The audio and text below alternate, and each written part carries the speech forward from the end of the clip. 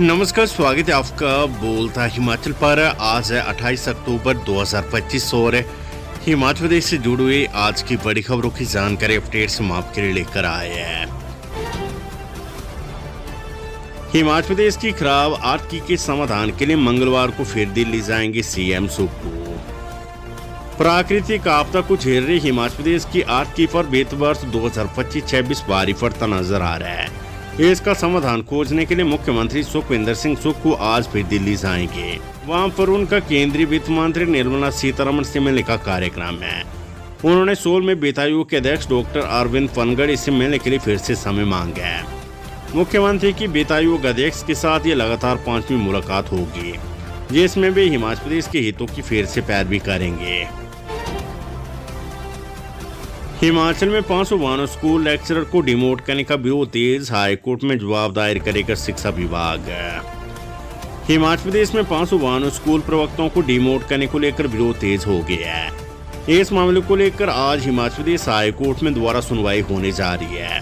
हिमाचल प्रदेश विद्यालय प्रवक्ता संघ विभाग के कारण बताओ नोटिस जारी करने के खिलाफ भड़क गया है।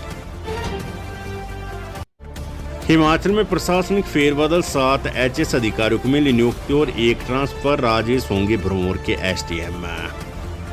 हिमाचल प्रदेश सरकार ने 1 एचएस ऑफिसर की ट्रांसफर और 7 नए अधिकारियों को पोस्टिंग दी है।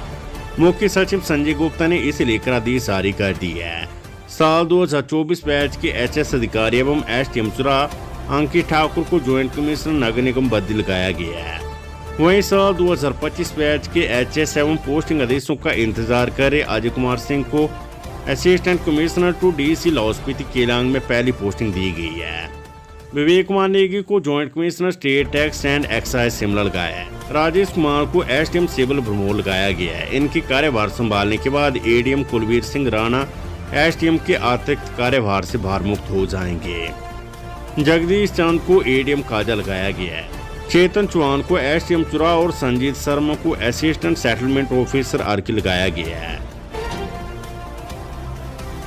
हिमाचल में बिजली मित्र भर्ती जल्द होगी शुरू। अब 6000 नहीं 10,000 मिलेगा मानदेय। हिमाचल प्रदेश सरकार बिजली मित्र की भर्ती कर रही है। राज्य बिजली बोर्ड ने बिजली मित्रों की नियुक्ति पहले 6000 रुपए मासिक मानदेय पर करने का निर्णय लिया था, लेकिन अब बोर्ड ने राशि बढ़ाकर 10,000 रुपए करने का प्रस्ताव तैयार किया है। प्रस्ताव मंजूरी के लिए राज्य विद्युत नियामक आयोग को भेजा। प्रस्ताव मंजूर होने के बाद प्रदेश भर में बिजली मित्रों की नियुक्ति प्रक्रिया शुरू हो जाएगी। हिमाचल सरकार मंडी के 2000 आपदा प्रभावितों को देगी मुआवजा। पडल में होगा कार्यक्रम, पहुंच सकते राहुल गांधी समेत अन्य नेता। हिमाचल प्रदेश सरकार बरसात के मौसम में आई आपदा से बेघर और प्रभावित लोगों को मुआवजा प्रदान करेगी। मंडी जिले से सरकार इसकी शुरुआत करने जा रही है। जिले के करीब 2000 प्राकृतिक आपदा प्रभावित परिवारों को अब राहत की सौगात मिलेगी। प्रदेश सरकार की ओर से इन प्रभावितों को मुख्यमंत्री सुक्खू मुआवजा राशि प्रदान करेंगे। राहत वितरण कार्यक्रम 5 या 6 नवम्बर को ऐतिहासिक पडल मैदान में आयोजित किया जाएगा। हिमाचल प्रदेश में धारा 118 के सरलीकरण की कवायद, विरोध में उतरी भाजपा और मकपा। हिमाचल प्रदेश सरकार हिमाचल प्रदेश भूमि राजस्व अधिनियम 1972 की धारा 118 के सरलीकरण की तैयारी कर रही है। सरकार के आदेशों पर इसे लेकर कैबिनेट बैठक में राजस्व विभाग प्रस्तुति दे चुका है। भारत सरकार की ओर से भी इस तरह के कानूनों को सरल बनाने के निर्देश दिए गए हैं। सहकारी बैंक और नाबार्ड ने भी सरकार को कृषि और बागवानी क्षेत्र में ऋण देने में धारा 118 के कानून पेश आ रही दिक्कतों से अवगत करवाया है। उधर विपक्षी दल भाजपा और मकपा ने सरकार की इस कवायद का विरोध शुरू कर दिया है। हिमाचल में प्रधानाचार्यों के 805 पद रिक्त, 2 सालों से नहीं हुई पदोन्नति। हिमाचल मंत्रिमंडल के निर्णय के बाद अब सरकारी स्कूलों में स्थायी प्रधानाचार्य की नियुक्ति की प्रक्रिया जल्द शुरू होने की संभावना है। पिछले 2 वर्षों से प्रधानाचार्य की पद पर कोई पदोन्नति नहीं हुई है। 27 मई 2023 को शिक्षा विभाग ने मुख्य अध्यापकों और प्रवक्ताओं को पदोन्नत कर प्रधानाचार्य बनाया था, जबकि कुछ शिक्षकों को दिसंबर 2023 में पदोन्नति दी गई थी। वर्तमान में राज्य के 805 स्कूलों में प्रधानाचार्यों के पद खाली और वरिष्ठ शिक्षकों को इस पद का अतिरिक्त कार्यभार सौंपा गया है। इस महीने 18 प्रधानाचार्य सेवानिवृत्त होने जा रहे हैं, जिससे रिक्त पदों की संख्या और बढ़ जाएगी। कैबिनेट ने शिक्षा विभाग को निर्देश दिए कि वे कार्मिक विभाग से इस मामले पर राय ले ताकि पदोन्नति में आ रही कानूनी अड़चनों को दूर किया जा सके। उम्मीद है कि नवंबर में पदोन्नति की फाइल को मंजूरी मिल जाएगी। अनुसूचित जाति कल्याण के लिए संवेदनशीलता से कार्य कर रही सरकार, सीएम सुक्खू।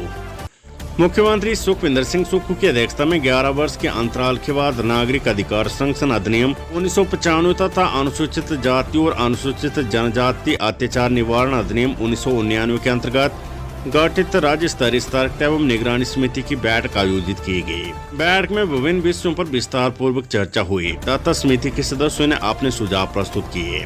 मुख्यमंत्री ने इस अवसर पर कहा कि ये कानून कांग्रेस पार्टी तथा संविधान निर्माता बाबा साहेब डॉक्टर भीमराव अम्बेडकर की दूरदृष्टि और सामाजिक न्याय की भावना का प्रतीक है। उन्होंने कहा कि अधिनियम प्रदेश में प्रभावी रूप से लागू है, जिससे समाज में सकारात्मक परिवर्तन देखने को मिल रही है।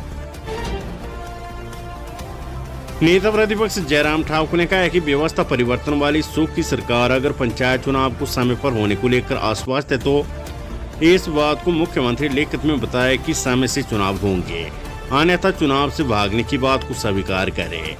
ये बातें नेता प्रतिपक्ष जयराम ठाकुर ने सोमवार को मंडी में कही है। उन्होंने कहा कि पंचायत चुनाव के मामले में सरकार हर दिन झूठ बोल रही और विपक्ष पर गलत आरोप लगा रही है।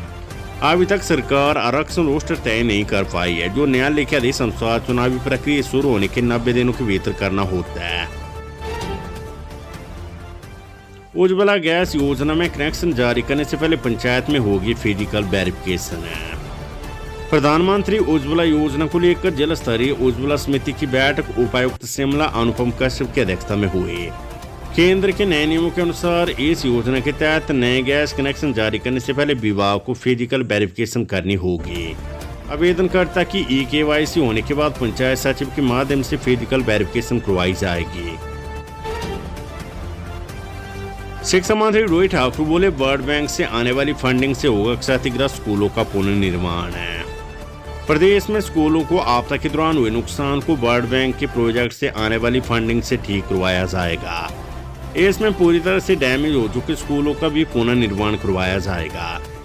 इसके लिए करीब 2600 करोड़ रुपए आने हैं। साथ ही प्रदेश के आगामी बजट में भी इसके लिए अलग से प्रावधान किया जाएगा। ये बात शिक्षा मंत्री रोहित ठाकुर ने पत्रकारों से अनौपचारिक बातचीत में कही है। शिक्षक पर बच्चे को पीटने का आरोप, कान का पर्दा फटा। उपमंडल बरमोर के सरकारी स्कूल का मामला। उपमंडल बरमोर के तहत आते एक सरकारी स्कूल में शिक्षक पर 30 कक्षा के 8 साल के बच्चे को पीटने का आरोप लगा है।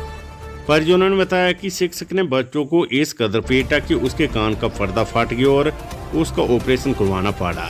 वर्तमान में बच्चा मेडिकल कॉलेज चंबा में उपचाराधीन है। साथ ही परिजनों ने इसकी शिकायत पुलिस में भी की है। पुलिस की ओर से भी आगामी जांच शुरू कर दी गई है। परिजनों ने आरोप लगाया कि शिक्षक अक्सर बच्चों के साथ मारपीट करते और बच्चों को पढ़ाने में कम रुचि रखता है। उन्होंने शिक्षा विभाग से शिक्षक के खिलाफ कड़ी कार्रवाई करने की मांग की है।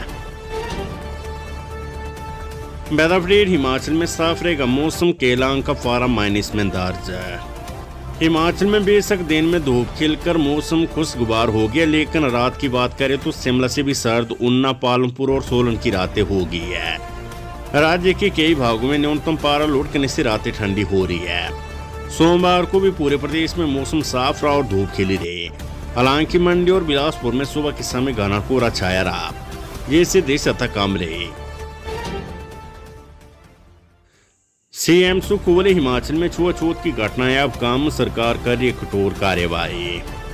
मुख्यमंत्री सुखविंदर सिंह सुक्खू ने कहा है कि हिमाचल में अब छुआछूत की घटनाएं कम रह गई है। राज्य सरकार ऐसे मामलों में कठोर कार्यवाही कर रही है। पिछले 3 वर्षों में 1200 पीड़ितों को पुनर्वास राहत के रूप में लगभग 735 करोड़ रुपए वितरित किए गए हैं, जबकि 45,238 पीड़ितों को राज्य विधिक सेवा प्राधिकरण के माध्यम से निःशुल्क विधिक सहायता दी गई है। सीएम सुक्खू बोले, केंद्र से 1500 करोड़ रुपए की राशि नहीं मिली, वित्त मंत्री से करेंगे मुलाकात।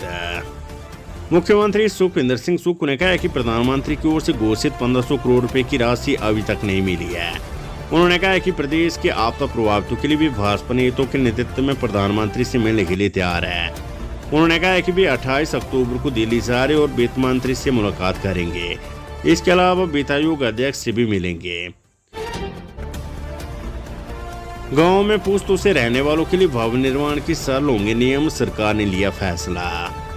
ग्रामीण क्षेत्रों में पुश्तों से रह रहे लोगों के लिए भवन निर्माण के नियम सरल होंगे। पंचायतों में तकनीकी सहायक भवनों के नक्शे को सत्यापित करेगा, जबकि मंजूरी ग्राम सभा में दी जाएगी। इसके अलावा गांव में जमीन खरीद कर भवनों का निर्माण करने वालों को टीसीपी से भी अनुमति लेनी होगी।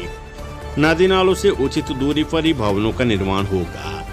ये नियम पुश्तैनी और जमीन खरीदने वालों के लिए लागू होंगे।